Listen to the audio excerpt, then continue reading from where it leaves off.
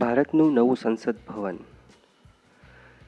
તો ભારતનો નવો સંસદ ભવનનું નિર્માણ છે એ સેન્ટ્રલ વિસ્ટા રીડેવલપમેન્ટ પ્રોજેક્ટ 2019ના એક ભાગ સ્વરૂપે કરવામાં આવેલું છે, જેના બાંધકામની શરૂઆત 10 ડિસેમ્બર 2020ના રોજ શરૂ કરવામાં આવેલી, જેનો શિલાન્યાસ નરેન્દ્રભાઈ મોદી દ્વારા કરવામાં આવેલો અને તેનું બાંધકામ 20 મે 2023ના રોજ પૂર્ણ થયું અને તેનું ઉદ્ઘાટન 28 મે 2023ના રોજ કરવામાં આવેલું છે.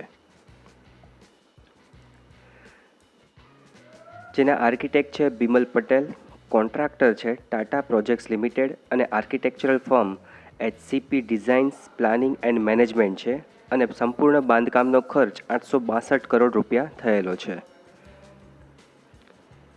નવા સંસદ ભવનમાં ટોટલ 1272 બેઠકો છે, જેમાં લોકસભા માટે 888 અને રાજ્યસભા માટે 384 છે અને 3 પ્રવેશ દ્વાર છે: જ્ઞાનદ્વાર, શક્તિદ્વાર અને કર્મદ્વાર.